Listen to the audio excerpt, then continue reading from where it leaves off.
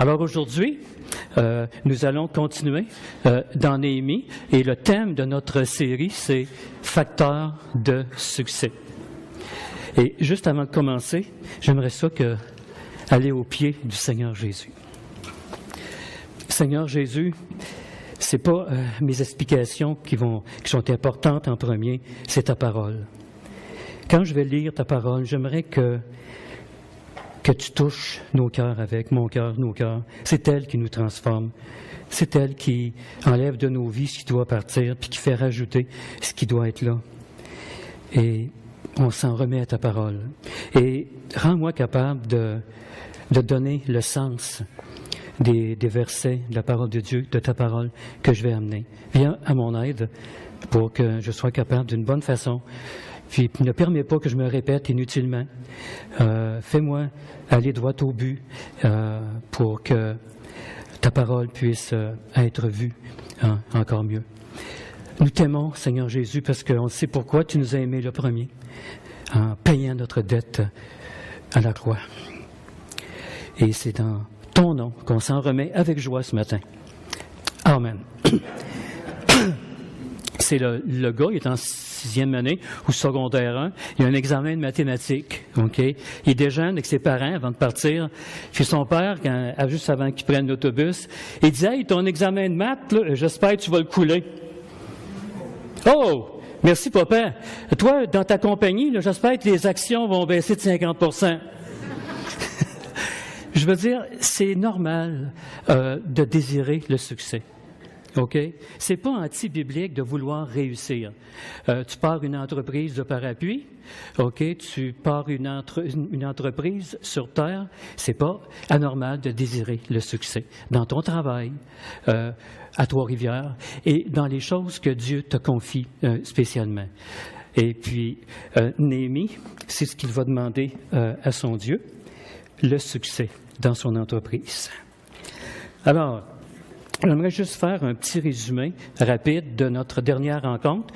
La dernière fois, nous avons vu que Mélanie, tu peux... OK, c'est moi qui peux le faire ici. OK. Que le premier facteur de succès dans la vie de Néhémie, c'était qu'il gardait son cœur plus que toute autre chose. Si tu ne gardes pas ton cœur, c'est pas mal garanti, 98% que tu vas scraper ta vie. Parce que du cœur viennent les sources de la vie, c'est-à-dire les conclusions de toute ta marche sur terre. Et on avait dit aussi que l'expression « garde », le verbe « garder » ici, ça laisse sous-entendre « garder ton cœur comme si ton cœur était un criminel dangereux. Il faut que tu y fasses bien attention. » Parce que le Seigneur Jésus a parlé du cœur de l'homme, hein? Il n'a pas dit que c'était trop beau. Hein? C'est du cœur que viennent, puis là, il y a toute une liste là, terrible. Ça va jusqu'à la folie, il y a le meurtre là-dedans, puis il y a tout. Donc, fais attention à ton cœur, surveille-le plus que toute autre chose. Et dans l'hébreu, là, les mots hébreux, ça veut dire mieux qu'un gardien de prison qui surveille un criminel. Surveille ton cœur mieux que ça, mieux que ça. Puis, fais attention. OK, on l'a vu la dernière fois.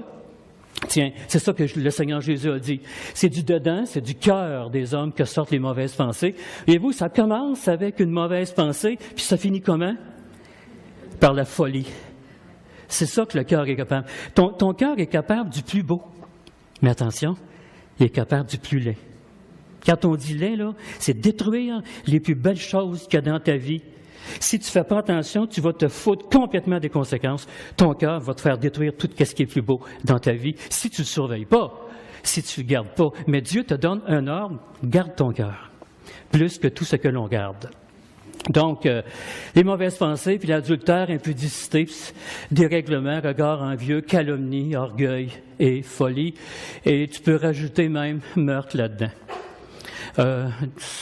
On parle de Judas, ça a commencé, vous savez, la parole de Dieu dit qu'il volait. Tu sais, les disciples n'étaient pas riches, là. Les 12 disciples, il y avait une petite bourse, puis ils mettaient de l'argent là-dedans au fur et à mesure qu'ils en recevaient. Judas volait dans cet argent-là. Et puis quand il y a une femme qui a versé son cœur, pas juste le parfum, hein, quand cette femme-là a versé le parfum au pied de Jésus, c'est sa vie qu'elle versait. C'est son cœur. Alors Judas, il a dit aux autres, parce qu'il a entraîné d'autres dans son affaire, il a dit aux autres, c'est une vraie perte. cette femme-là. C'est une vraie perte, qu'est-ce qu'elle fait là. Puis il a convaincu les apôtres de se plaindre. Ça commence avec un qui se plaint. Après ça, les apôtres sont pleins. Ouais, c'est une perte, ça, faire ça. Et la parole de Dieu a dit, Judas a dit, parce qu'on aurait pu prendre ce parfum-là, le vendre, puis donner l'argent aux pauvres. Mais Judas, lui, ne s'inquiétait pas du tout des pauvres. Il prenait l'argent, il le mettait dans ses poches. Donc, voleur, menteur, et vous savez comment sa vie a fini? La mort. Il a livré Jésus à la mort. Ce qui aurait pu être de plus beau dans sa vie, il l'a mis de côté. Mais ça a commencé par des pensées. OK? Donc, c'est terrible. Donc, garde ton cœur plus que tout ce que l'on garde. Surveille ce qui rentre dans ton cœur et surveille ce qui sort. Comme un bon gardien de prison. Ce qui rentre, ça rentre par les yeux, ça rentre par les oreilles. Aussi simple que ça. OK? Et on avait parlé des petites souris. OK? Vous savez qu'une souris femelle peut avoir peut accoucher 5 fois durant l'année, puis elle peut avoir jusqu'à 12 bébés. Si tu calcules 5 fois 12, ça fait quoi? Ça fait 60 souris. Une seule souris va en produire 60. Mais dans une ville, il n'y a pas juste une souris. OK, tu comprends? Alors, il faut faire attention au pouvoir de multiplication du cœur. Tu prends une souris, une mauvaise pensée, tu la rentres dans ta tête, et cette mauvaise pensée-là, juste une, là, va donner, c'est un exemple que je donne, 60 actions mauvaises. C'est le pouvoir de multiplication abominable du cœur de l'homme. Le Seigneur Jésus ne se fie pas au cœur. C'est pour ça qu'à la conversion de quelqu'un, qu'est-ce qu'il fait? Il donne un nouveau cœur. Le vieux, le Seigneur Jésus ne veut rien savoir avec. OK? Parce qu'il ne peut rien faire pour le Seigneur. Donc, attention. Puis imagine-toi 10-15 souris femelles qui accouchent 5 fois chacune par année. Combien que ça donne au bout de la ligne? C'est épouvantable. Donc, attention. Donc, une mauvaise pensée peut aller jusqu'au meurtre plusieurs mois plus tard. Mais Néhémie, ce n'était pas le cas. Néhémie, lui, lisait les Écritures, on va le voir tantôt, on va regarder de quelle façon il connaissait les Écritures, parce que, tu sais, connaître Dieu, c'est par les Écritures. Tu peux pas, la Bible fermée, commencer à parler avec Dieu, puis apprendre à le connaître. Ça marche pas comme ça. Les Écritures sont la parole de Dieu, écrite, révélée, pour nous faire connaître Dieu, puis savoir comment le servir, sans gaffer. Parce qu'on est des gaffeux, moi le premier. Donc, comment est-ce que je peux servir Dieu d'une façon efficace? Néhémie a entretenu dans sa vie, c'est ce qu'on a vu, 2 pensées. Il les entretenait. Comme l'apôtre Paul a dit, je ne me rappelle pas si c'est aux Colossiens ou aux Philippiens, en relation avec qu'est-ce qui est l'objet de vos pensées, là, les frères et sœurs. Mais que tout ce qui est honorable, tout ce qui est bon, tout ce qui est vertueux, de toute une belle liste, entretenez ces pensées-là dans votre tête. Et si vous le faites, il y a la paix qui va suivre dans votre vie. Mais fais attention, si tu entretiens une mauvaise pensée, cette mauvaise pensée-là peut scraper au complet ta vie. Néhémie, parce qu'il lisait les Écritures, a découvert 2 choses. Il y a 2 pensées qui le captivaient. Néhémie commençait réellement à s'en faire pour ceux qui souffraient à Jérusalem. Tu sais, un gars, j'ai à peu près deviné que ce gars-là gagnait à peu près 700 000 par année. C'était l'échanson de Artaxerxès, le roi de Perse. Et puis, sûrement qu'il dirigeait peut-être d'autres personnes avec lui. J'ai figuré son salaire autour de 700 000. Confort, il était en esclavage, il était prisonnier des Perses, mais il avait une bonne job. Mais Néhémie, on l'a vu il y a quelque temps, le mois passé, commençait à s'en faire pour ses frères juifs à Jérusalem qui souffraient et qui étaient pauvres. Puis aussi, il se dit, en plus d'être pauvre puis misérable, il y a un film québécois là, qui va sortir bientôt, ça s'appelle « Foqué ». Ça montre justement le genre de ministère que Claude fait avec les personnes à Hochelaga. Le cinéaste va suivre des personnes qui ont perdu tout à cause de la drogue, mais à cause aussi de la maladie, à cause de toutes sortes de problèmes. Alors, le titre du film, c'est « Les Foqués ». OK? Alors, quand les Perses ont envahi Jérusalem, ils ont amené tous les hommes forts, ceux qui pouvaient monter une armée contre lui. Puis il a laissé sur place ce qu'on pourrait appeler les phoqués. C'est-à-dire des hommes, des femmes que le roi de Perse a dit, il n'y a pas de danger avec eux autres, c'est des misérables, ils n'ont pas de talent, ils n'ont rien qui peut nous faire peur. Ils vont nous encombrer si on les amène avec nous autres. Et on n'a pas peur d'eux autres, c'est une gang de misérables, des moins que rien. Fait que le roi de Perse a dit, laissez-moi ça à Jérusalem, c'est moins que rien là, puis amenez des hommes forts avec moi. Alors, quand les Juifs ont été déportés, il y a un groupe qui est resté là. Puis ce petit groupe-là, Néhémie s'en faisait pour eux autres. Ensuite, Néhémie a dit, même si je faisais de quoi pour eux autres, ça prend un mur autour de Jérusalem pour les protéger. Alors voilà ce qu'on a vu la semaine passée. Alors, toi, qu'est-ce qui te fait pleurer? Néhémie lui pleurait pour le bien-être du peuple de Dieu, pour les Juifs pauvres qui souffraient à Jérusalem. Lui, il avait ça à cœur. Un homme qui gagne dans les 5, 6, 700 000 par année avait à cœur les pauvres, les moins que rien, ceux qu'on pourrait appeler les phoqués qui étaient restés à Jérusalem. Alors lui, dans le confort total, il pleurait pour ça, il s'en faisait. Ses frères vont venir. Puis Néhémie va leur poser des questions. Il dit comment est-ce qu'ils vont, le peuple de Dieu? Et puis, il va parler aussi de la maison de Dieu, les murs. Il va s'enseigner pour la ville. Donc, il y a à cœur le peuple de Dieu et il y a à cœur la protection du peuple de Dieu avec le mur autour. Alors, voilà un peu ce qu'on a vu la semaine passée. Donc, ici, les pensées que tu entretiens, vont déterminer la marche que tu vas faire, vont déterminer ton succès ou ta défaite. Alors, fais attention à ce qui rentre dans ta tête, parce que ça va rentrer dans le cœur, et le cœur a un pouvoir maléfique de multiplier la seule mauvaise pensée que tu as laissée rentrer. Il va la faire ressortir des choses que il vaut mieux pas tout t'expliquer en détail. Donc, les cris de joie de Jérusalem, c'est que Néhémie va réussir. Il va réussir, il va avec l'aide de Zorobabel et Esdras, vont ramener beaucoup de personnes de Babylone. Le roi, le lion féroce, va accepter de les laisser partir. Le mur va se construire et ça va être le succès total pour Néhémie. Parce qu'il a entretenu deux pensées dans sa tête qu'il a entretenues, ont donné un mur de 4 kilomètres de long. Sans parler des tours et des grosses portes. Donc, deux pensées qui donnent un mur de 4 kilomètres, c'est, voyez-vous, le pouvoir de multiplication du cœur, soit dans le bien, soit dans le mal. Donc, attention à ce qui rentre dans ton cœur. Ça, c'était une image pour montrer Néhémie. Je savais que je me tromperais quelquefois avec mon gendre. Avec Jérémie. Néhémie devait rencontrer cet homme-là, Artaxerxès, longue main. Les rois de Perse, il faut que tu fasses attention à comment tu parles avec eux autres. Donc, on était rendu là. Et il a prié Dieu, il dit, je t'en supplie, fais que cet homme-là m'accueille, que je trouve grâce à ses yeux. On était rendu là.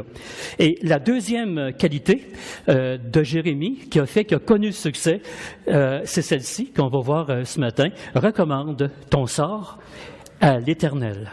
Mets en lui ta confiance et il agira. Et là, on commence à lire la parole de Dieu pour le sujet de ce matin.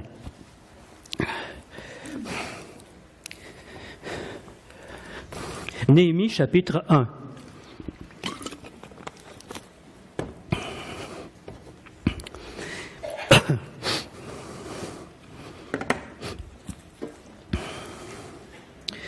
Premièrement, j'ai lu tantôt le psaume 37, le verset 5. Je vais le relire avec ici. Recommande ton sort à l'Éternel, mets en lui ta confiance et il agira. Néhémie, on va le voir. Il a recommandé son sort à l'Éternel. Fais attention, pas juste pour rencontrer le lion.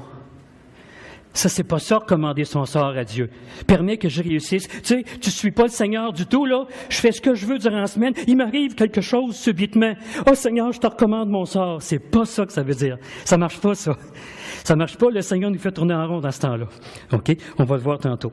Il fera paraître ta justice comme la lumière et ton droit comme le soleil à son midi. Garde le silence. Autrement dit, arrête de parler, arrête même de pleurer, arrête tout devant l'Éternel. Espère en lui. Ne t'irrite pas contre celui qui réussit dans ses voies, contre l'homme qui vient à bout de ses mauvais desseins. Laisse la colère. Je le vois qu'il est en colère. C'est ça que Dieu dit. Dieu dit, laisse la colère. Abandonne la fureur. Ne t'irrite pas, ce serait mal faire, car les méchants seront retranchés et ceux qui espèrent en l'Éternel posséderont le pays. Alors, c'est ce verset-là que j'aimerais demander au Seigneur qui m'aide à vous montrer que Néhémie a vraiment recommandé son sort à l'Éternel et c'est pour ça qu'il a réussi. C'est pour ça qu'il a connu le succès. Alors, puis c'est pas anormal de désirer et de connaître le succès. Retournons dans Néhémie au chapitre 1. Donc, Néhémie questionne la visite qu'il a reçue au palais. Tu sais, même s'il a une bonne job, gros salaire qu'on dit tantôt, 5, 6, 700 000 par année, il va accueillir ses frères. Il a du temps pour ses frères. Il les accueille au palais, il leur pose des questions. Et là, ils vont dire, regardez au verset chapitre 1, au verset 3, ils me répondirent, ceux qui sont restés de la captivité, c'est-à-dire ceux que le roi de Perse n'a pas amenés, parce qu'ils sont des moins que rien. Ils sont là dans la province, au comble du malheur. Au comble, là, pas juste au malheur, là, au comble du malheur. Et de l'opprobre, et les murailles de Jérusalem sont en ruine, et ses portes sont consumées par le feu. Donc, une ville dans un territoire hostile, comme ce territoire là-bas, une ville sans mur est une ville condamnée à toute invasion. Imaginez-vous que même avec un mur, les villes tombent quand ceux qui attaquent sont intelligents. Imaginez-vous une ville pas de mur. Donc ceux qui vivaient là vivaient toujours dans la détresse de mourir d'un jour à l'autre, dans la misère et puis dans l'opprobre, c'est-à-dire que regarde la gang de moins que rien, regarde, excuse-moi l'expression, regarde les phoquets, comme le film québécois qui va montrer la vie du genre de personnes à Hochelaga ou qu'on a besoin de rencontrer, que Claude va rencontrer avec la bonne nouvelle de Jésus. Donc, et là, Néhémie a entendu ça. Lorsque j'ai entendu ces choses, je m'assis. C'était pas un homme à perdre connaissance, là. Tu sais, quand tu entends de quoi qui te fait mal, là, attends un peu, je vais m'assire. Attends un petit peu, je vais m'assire. Et je pense pas, Néhémie, premièrement, c'était pas un intellectuel. Néhémie, c'est un architecte, c'est un ingénieur. Puis quand on va poursuivre plus tard, là, pas aujourd'hui, mais une autre fois, vous allez voir que c'est un architecte, un ingénieur, c'est un gouverneur, c'est un leader, c'est un homme qui n'a pas peur de se battre. Durant le projet de construction de la muraille, ils vont tout être armés, là. Puis ils vont travailler pendant 52 jours sans arrêt, sans changer de linge, avec des armes à côté d'eux autres. Donc, c'est pas le genre de gars à perdre connaissance à moindre mauvaise nouvelle. Mais là, il s'est assis. Il a pleuré, il a jeûné, puis il a été désolé. Et là, il a dit, et c'est cette prière-là qui est importante, et je dis, « Oh, Éternel ». Là, j'ai regardé ma Bible, j'ai vu le mot, voyez-vous le mot « oh » ? Levez vos mains ceux qui ont « oh » avant « éternel ». OK? Ça, c'est la version seconde. Si vous avez une version anglaise, puis ce qui n'est pas mauvais d'avoir plusieurs versions, il n'y a pas d'erreur dans la parole de Dieu. Il y a différentes façons d'exprimer les textes originaux. Le « oh » ici, c'est un mot hébreu, qui ça ressemble à le nom d'une madame, Anna. Anna, ça veut dire « je t'en supplie ». Ça presse. Il y a quelque chose, là. Il faut que ça arrive. Je sais que c'est le temps. Et là, je crie à toi parce que là, on est au bout du rouleau. Le « oh », c'est le mot hébreu « Anna », qui veut dire « je t'en supplie ». En anglais, dans la version King James, c'est traduit « I beseech thee ». Je t'en supplie. Et là, Dieu des cieux, Dieu grand et redoutable, toi qui gardes ton alliance et qui fais miséricorde à ceux qui t'aiment, et qui observe tes commandements, que ton oreille soit attentive. Dieu a une oreille, et Dieu écoute. Que tes yeux soient ouverts. Dieu a des yeux ouverts. Écoute la prière que ton serviteur t'adresse en ce moment, jour et nuit aussi, pour tes serviteurs, les enfants d'Israël, en confessant les péchés des enfants d'Israël, nos péchés, les siens aussi, car moi, et la maison de mon Père, nous avons péché. Nous t'avons offensé et nous n'avons pas observé tes commandements, les lois, les ordonnances que tu prescrivis à Moïse. Autrement dit, on n'a pas suivi ton chemin, puis ce que tu disais, on s'en est foutu comme dans l'an 40. Puis, dans le fond, là, on mérite bien la captivité à Babylone. Mais Néhémie, en lisant les Écritures, parce que si tu lis l'Écriture, c'est la pensée de Dieu là, dans les Écritures. La pensée de Dieu va être communiquée et Néhémie a compris que c'était le temps de faire quelque chose pour les pauvres à Jérusalem qui souffrait. C'était le temps de construire une muraille autour. Il n'aurait jamais su s'il n'avait pas médité les Écritures. Donc, puis, on le voit surtout plus loin quand il parle de Moïse. Il dit que tu prescrivis à Moïse. Donc, Néhémie lisait les écrits de Moïse, il les connaissait.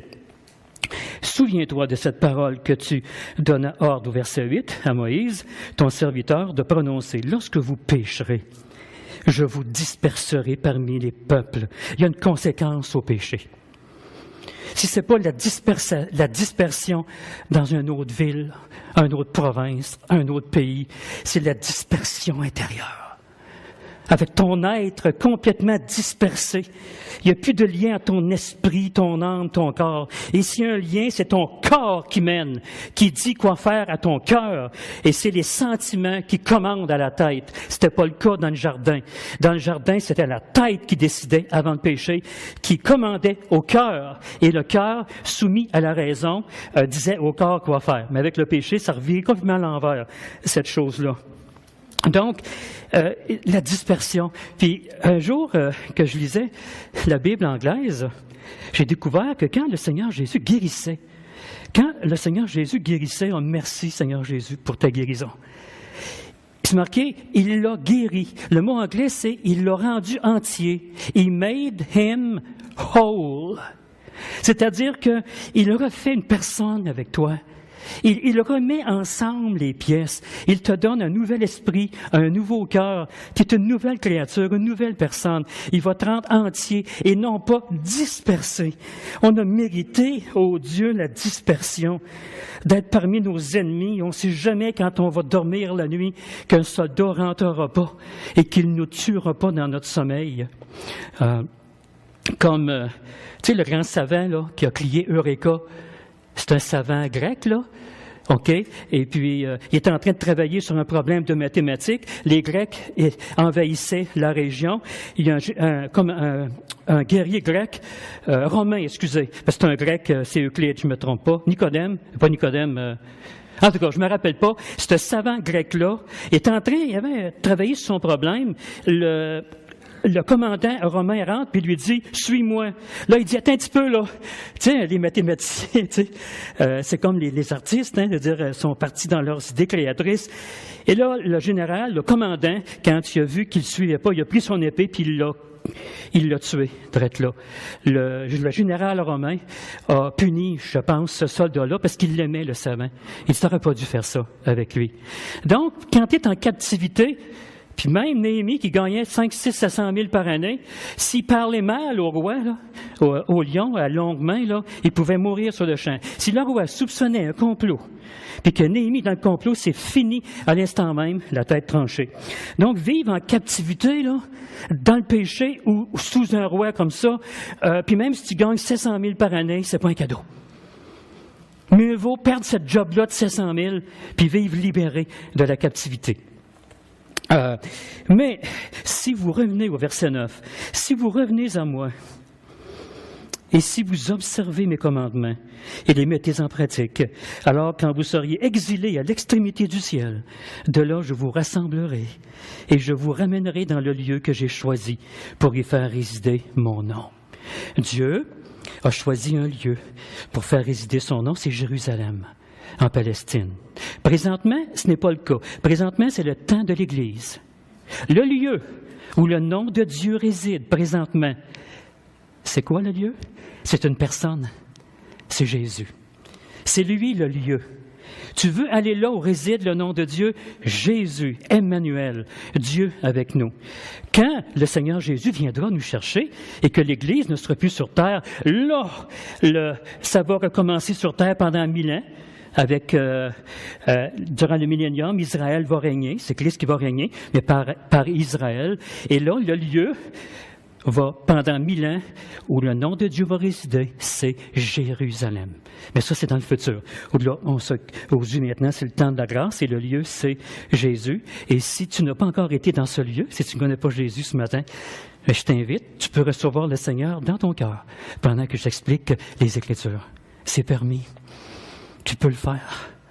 Si, comme Néhémie, tu reconnais tes péchés, et que tu vis dans un peuple aussi qui pêche, et c'est notre condition à nous tous, eh bien, tu lui dis, j'ai péché, je me repens, je veux faire demi-tour. Pas nécessairement parce que je n'en peux plus, mais je veux faire ce qui te plaît. J'ai compris quel genre de Dieu tu es. Tu es grand, tu es redoutable, et puis tu m'aimes parce que ton Fils est mort pour moi. Alors, ne te gêne pas pendant que je parle. Si tu veux recevoir le Seigneur dans ton cœur, fais-le. Je t'en supplie. Là, je viens de dire une seule petite lettre, O, avant O éternel. O, c'est Anna en hébreu. Ça veut dire je t'en supplie. Ça veut dire c'est important. Puis, verset 10, ils sont tes serviteurs et ton peuple que tu as racheté par ta grande puissance et par ta main forte. Ah, Seigneur. Ici, le mot Seigneur, c'est Adonai. Tu sais, il y a un beau chant qu'on chante, hein? Adonai, Adonai. Ça veut dire qu'il est incomparable, il est unique. Il n'y a pas deux dieux. Il n'y a pas trois dieux. Il y a un seul Dieu, c'est Adonai. Et c'est merveilleux. Donc, que ton oreille soit attentive à la prière de ton serviteur et à la prière de tes serviteurs. Regardez bien ça. Donne demain, qu'est-ce qui est marqué? Donne quand? Aujourd'hui. OK? Donne aujourd'hui du succès à ton serviteur. Et fais-lui trouver grâce devant cet homme, là, Artaxerxès, là, celui que j'ai représenté par le lion ici. Puis son nom, ça veut dire longue main aussi. Donc, fais-lui trouver grâce aujourd'hui. Donc, en relation avec recommander sa vie à l'Éternel, on va juste se poser 3 questions. C'est quoi ça que ça veut dire, recommander sa vie? Si vous avez regardé sur Internet, le titre du message, c'était « Rouler ». Rouler, hein? C'est ça, il y en a qui l'ont vu? C'est rouler. Donc, qu'est-ce que ça veut dire? Puis aussi, la question qu'on va se poser, qu'est-ce qui prouve que c'est vrai pour Néhémie? Et aussi, qu'est-ce que ça donne? Qu'est-ce que ça donne de recommander son sort à l'Éternel? Qu'est-ce que ça veut dire? J'ai vérifié ici le mot « recommande ton sort », c'est le mot hébreu « galal ». Savez-vous ce que ça veut dire? C'est le nom d'un groupe rock, là, excusez-moi, je parle des autres, là, les Rolling Stones.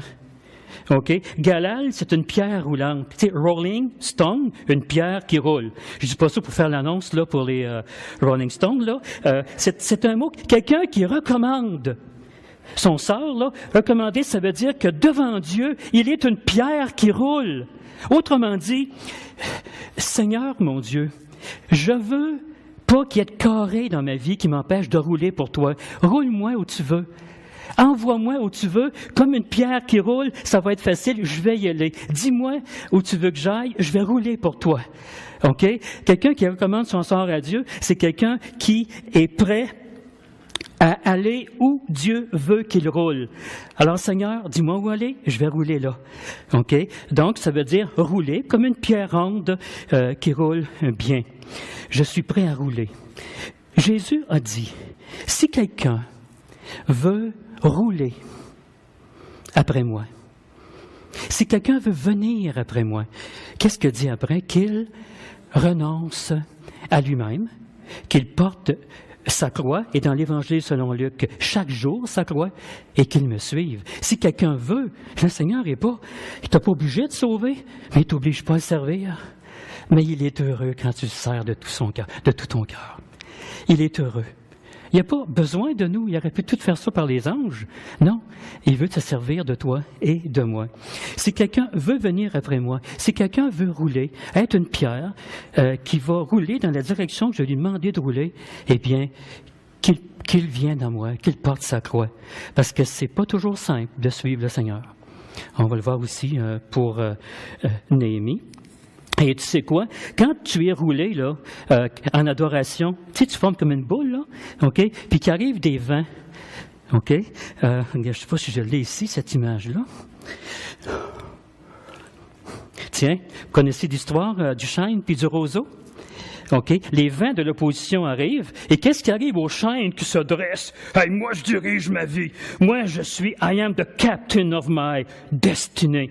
Je suis le capitaine de ma vie. Tu me diras pas quoi faire, puis il n'y a pas un Dieu qui va me diriger ici, et puis c'est moi qui décide, puis tu comprends? Le chêne, quand l'opposition arrive, il se fie sur ses forces. Je suis un chêne. OK? Je suis solide. Je suis planté dans la terre. Mon père était planté. Mon grand-père était bien planté. Moi, je suis bien planté. Et les vents s'en viennent. Et regardez ce qui arrive. Crac. Il se fiait sur lui. Pourtant, c'est un chêne solide. Et le roseau, lui, le pauvre petit roseau, vous connaissez bien l'histoire, il s'est courbé, il s'est roulé. Et qu'est-ce qui est arrivé avec les vents? Ils ont roulé par-dessus lui.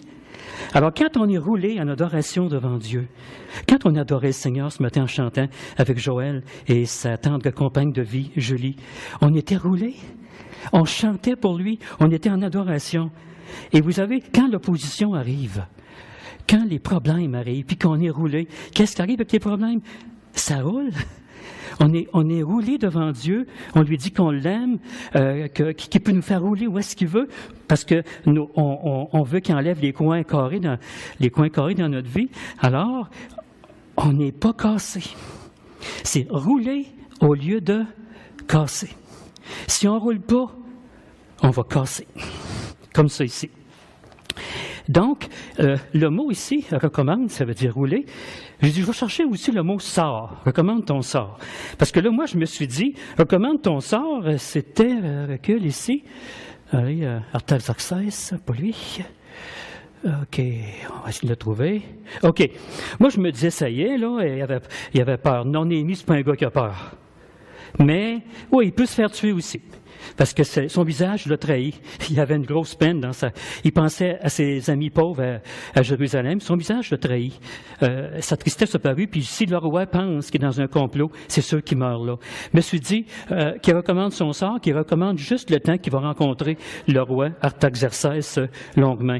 Mais j'ai regardé le mot hébreu. OK, ça a été une bien dure recherche. J'ai trouvé que c'était Dérek.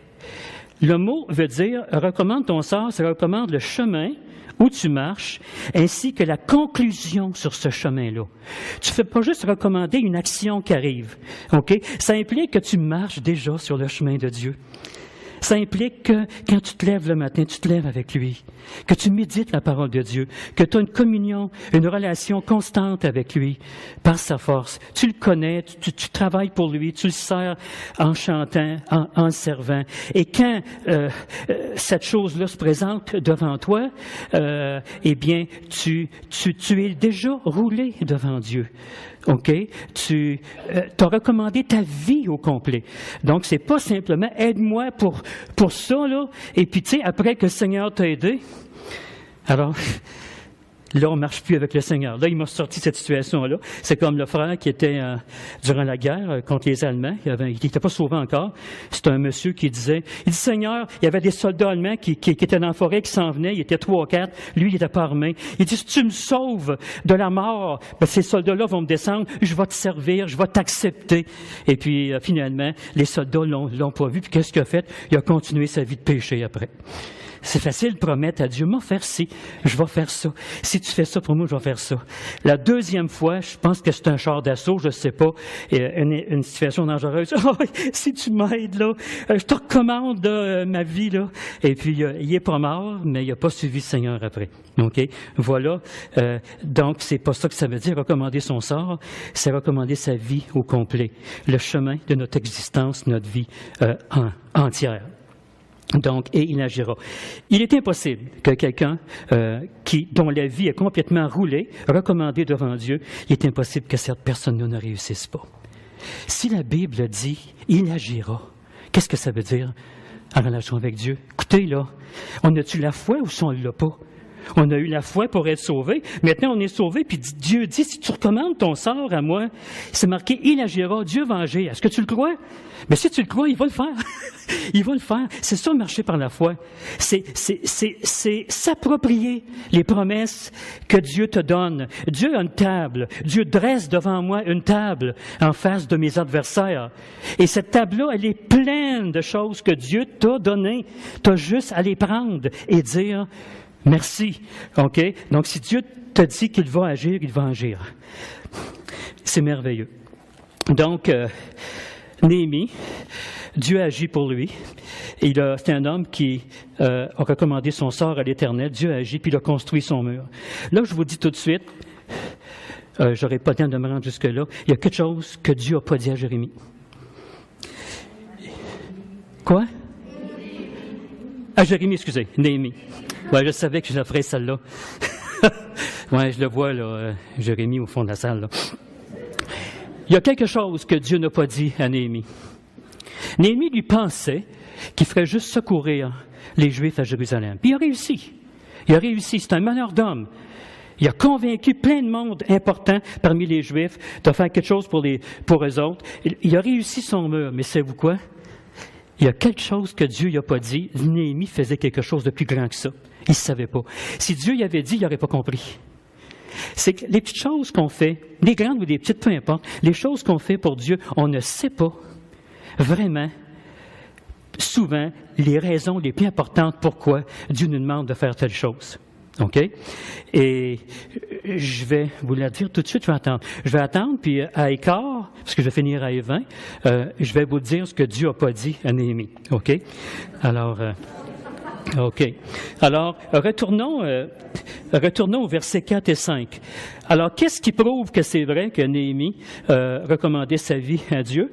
Au verset 4 et 5, il voit Dieu élevé, Dieu des cieux. OK? Il voit Dieu créateur. Le Dieu des cieux, c'est lui qui a créé le ciel et la terre. Au verset 5, il le voit grand. Dieu grand et redoutable. Ensuite, toi qui gardes ton alliance. Il dit, moi, je suis peut-être menteur, mais toi, tu gardes ton alliance. Toi, tu es la vérité. Jésus a dit, je suis le chemin, la vérité et la vie. Alors, Jésus ne peut pas mentir. Il dit plus que la vérité. Il est lui-même, dans toute sa personne, la vérité de Dieu. En Jésus, c'est le oui. En Satan, c'est le non. OK? Ensuite, on continue. Il croit, il voit que Dieu est miséricordieux. Au verset 5, toujours plus loin. Ensuite, qu'il est puissant.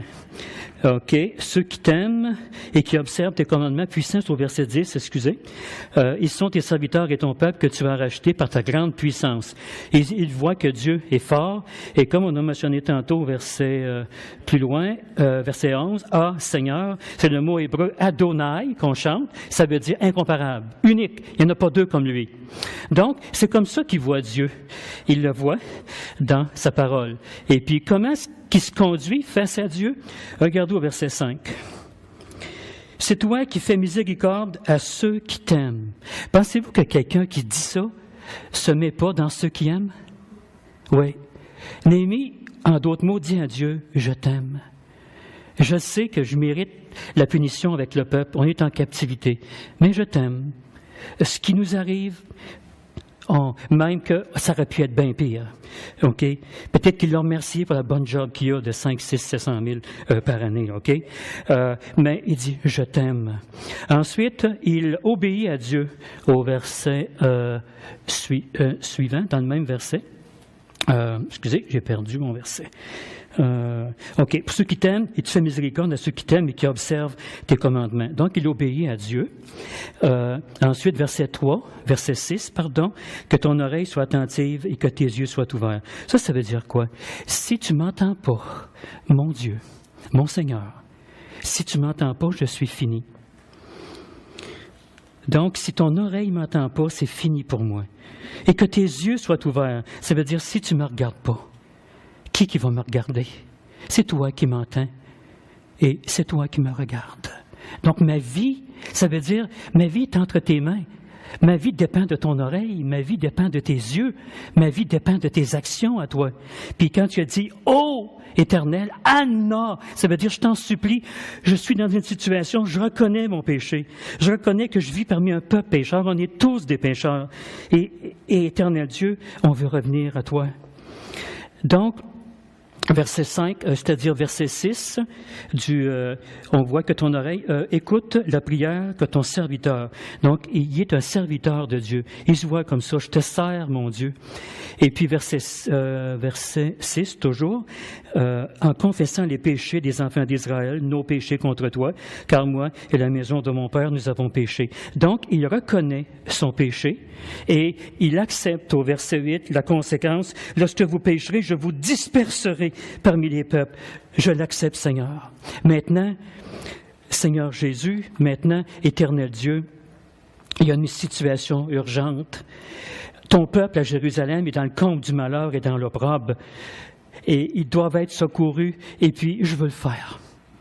C'est Dieu qui a mis ça dans la tête. C'est la pensée qui entretenait dans sa tête. Et je veux le faire. Et il répond à l'appel de Dieu. Regardez au verset 9. Alors, quand vous seriez exilés à l'extrémité du ciel, là, je vous rassemblerai. Donc, il accepte que Dieu dirige sa vie au verset 9, parce que quand on dit vous observez, si vous revenez à moi et si vous observez mes commandements, Néhémie dit on va t'obéir. Là, on t'a assez désobéi de même. C'est qu'on va t'obéir. Et puis, c'est pas la promesse d'ivrogne ici, là. C'est un cœur, c'est un homme sincère, là. Un homme qui pense plus à sa position, là, qui est prêt à mettre de côté le confort de sa vie, tout l'argent qu'il gagne, puis il va en dépenser de l'argent. Pendant environ 12 ans, il va nourrir 150 personnes à sa table, parmi les magistrats du pays qui vont revenir, et puis d'autres visiteurs qui vont venir. Alors, puis ça, il ne demandera pas de taxes du tout aux personnes de Jérusalem. Il va prendre ça sur son salaire qu'il reçoit du roi de Perse. Donc, il va s'occuper pendant 12 ans de 150 personnes et plus à sa table. Donc, il est prêt aussi à être identifié avec le peuple de Dieu. Verset 9. Je vous rassemblerai. Je fais partie d'un peuple que tu vas rassembler. C'est pas une affaire tout seul dans mon coin. Tu me ramènes et tu nous ramènes tous ensemble avec toi. On est un peuple que ta main va racheter. Donc, il n'est pas question que je vive ma vie de croyant ou ma vie chrétienne tout seul, comme lonesome cowboy. Oh, tu sais qu'on voit à la fin, il s'en va sur son cheval, le soleil couchant, avec ses deux gants. Il est tout le temps tout seul, ce cow-boy-là. Non, dans la vie chrétienne, on n'est pas tout seul. On travaille en équipe, on est ensemble, on est le peuple de Dieu. Ensuite, il accepte l'endroit où Dieu veut qu'il soit, au verset 9. L'endroit que j'ai choisi pour y faire résider mon nom, c'est là que je vous amène. Donc, aujourd'hui, dans ce temps-là, il était impossible d'être heureux si tu n'étais pas à Jérusalem. Parce que c'est là que Dieu a mis son nom. Puis aujourd'hui, il est impossible d'être heureux si tu n'es pas dans le lieu que Dieu veut que tu sois, c'est-à-dire, je ne parle pas du local ici, le lieu, c'est Jésus. C'est lui qui rend heureux aujourd'hui. C'est lui la vie abondante. Maintenant, quelqu'un qui recommande son sort à Dieu, OK, on arrive à ce que je vous avais promis. Regardez bien ça. Regardez au verset 1 du chapitre 1. Parole de Néhémie, fils de Hakalia, au mois de Kisle, la 20e année, comme j'étais à Suse. C'est là qu'il a prié. OK? Puis là, il dit à Dieu, aujourd'hui, là, rends-moi capable de rencontrer le lion, là, Artaxerxès, longue main, là. Il a fait ça au mois de Kisle. Mais regardez au chapitre 2. Au mois de Nissan, la 20e année du roi, comme le vin était devant moi, je pris le vin. Oups! Tu dis que tu roules devant Dieu? Recommander son sort à Dieu, c'est pas, tu demandes, hey, bénis ce que je vais faire, puis là, tu te lances, puis tu fais ce que tu veux faire. C'est-tu ce qui est arrivé? Néhémie a dit, aujourd'hui, rends-moi capable de parler à cet homme-là. Dieu a dit, pour aujourd'hui. Dans combien de temps?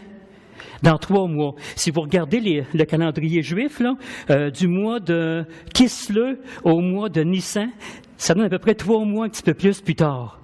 Donc, on va le comprendre plus tard. C'est parce que si Néhémie était parti secourir les Juifs au temps où est-ce que lui voulait partir, les chevaux des charrettes auraient comme c'est arrivé à Hitler durant la guerre, ça ses chars d'assaut, il n'aurait pas pu avancer à cause de la boue, à cause de l'état du sol. C'est un temps de forte pluie. Alors Dieu dit, c'est aujourd'hui, moi je dis non, c'est dans 3 mois. Alors, est-ce que tu acceptes que Dieu nous dise non? Acceptes-tu que Dieu te dise non? Je voudrais quelque chose aujourd'hui, dans 3 mois, mon ami. Et Néhémie prouve, parce qu'il a accepté, il a rencontré le roi 3 mois plus tard après sa prière, il a accepté la décision de Dieu, ce brisement-là. Je veux y aller, je veux. Dieu dit 3 mois. Dieu a travaillé son ami Néhémie, son serviteur. Brisement du caractère, de la volonté un peu trop forte peut-être. Attends 3 mois, ça va être mieux pour toi, mieux pour tout le monde, mieux pour tes chevaux aussi. Maintenant, je vais vous le dire en terminant. Qu'est-ce que Dieu n'a pas dit à Néhémie? Si je me trompe, vous me le direz, OK?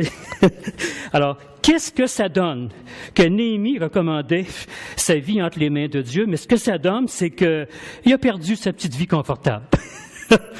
Tu sais, un homme qui gagne 600 000 par année, puis qui va aller après ça entretenir avec sa propre argent pendant 12 ans, 150 personnes et plus à sa table. Il a perdu son petit confort, il s'est fait des ennemis, et on va le voir plus tard dans la parole de Dieu. Il a rajouté des problèmes en ce qui concerne même ses amis.